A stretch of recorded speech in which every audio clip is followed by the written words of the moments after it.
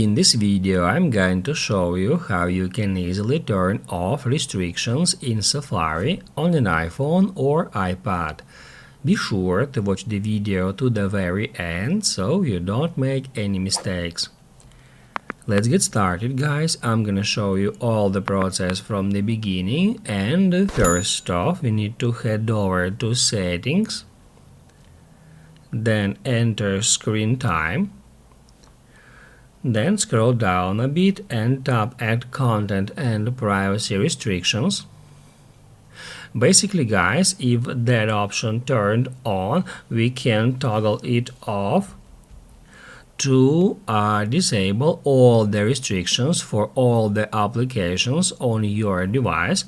However, if you just want to turn off restrictions for the Safari, you need to get into Content Restrictions, then Web Content, and then make sure that Unrestricted is selected here. That's how you can easily turn off Safari restrictions, and if this video was helpful for you, don't forget to hit the like button.